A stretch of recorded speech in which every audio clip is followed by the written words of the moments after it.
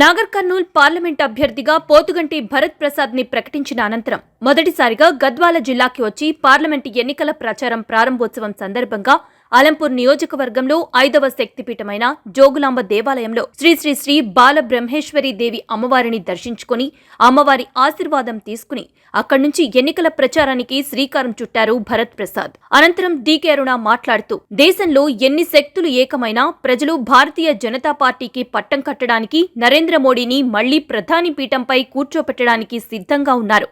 తెలంగాణలో 12 పార్లమెంటు స్థానాలకి పైగా విజయం సాధిస్తుంది అని ధీమా వ్యక్తం చేశారు.